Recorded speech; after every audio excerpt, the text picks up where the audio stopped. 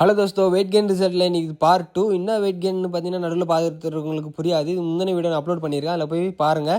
நம்ம ப்ராப்பரான டயட் எடுத்துகிட்டு வெயிட் கெயின் ஆகிருக்கா இல்லையான்னு சொல்லிட்டு ஒரு மாதத்தில் என்ன ரிசல்ட் பார்க்குறதுக்குன்னு சொல்லிட்டு தான் இந்த வீடியோவை நம்ம எடுத்து அப்லோட் பண்ணியிருக்கோம். இதெல்லாம் நம்ம ப்ராப்பரான டயட் எடுத்துகிட்டு இருக்கோம். நம்ம மத்தியானம் லஞ்ச் இதான் நம்ம டீசெண்டான லஞ்ச்.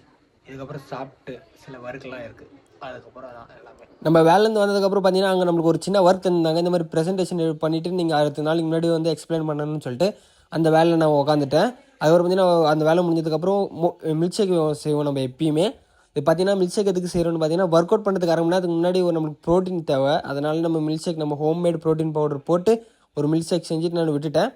அதுக்கப்புறம் பார்த்தீங்கன்னா 200 கிராம் சிக்கன் எடுத்துக்குவோம். ஒர்க் அவுட்டுக்கு அப்புறம் ப்ரோட்டீன் தேவை மசில்ஸ் ஃபுல்ஃபில் பண்ணுறதுக்காக.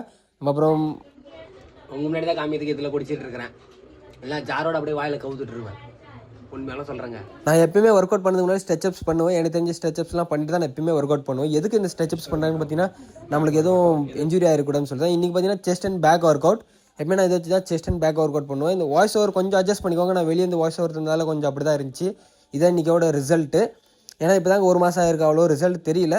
ஓகேங்க. ஆனால் இருந்தாலும் அதுக்கப்புறம் பார்த்தீங்கன்னா நானே கிரேவி ஊற வச்சதுக்கு நானே குக் பண்ணி எடுத்துக்குவேன். எனக்கு மட்டும் கொஞ்சோண்டு வீட்டில் இருக்கவங்களுக்கு வேலை தரக்கூடாதுன்னு சொல்லிட்டு எனக்கு தெரிஞ்ச மட்டும் நான் இன்க்ரீடியன்ஸ் அதில் போட்டு நானே ஓரளவுக்கு வேக வச்சிட்டேங்க.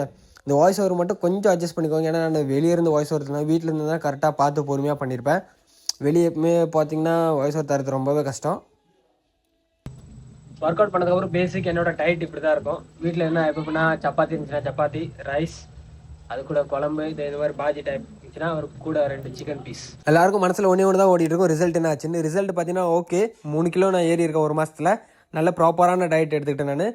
இதுக்கப்புறமும் வரப்போகிற அப்டேட் நம்ம சேனலில் பார்க்கணுன்னா மறக்காமல் ஃபாலோ பண்ணி வச்சுக்கோங்க. இதோட புது வீடியோவில் உங்கன்னா கூடி சீக்கிரம் சந்திக்கிறேன்.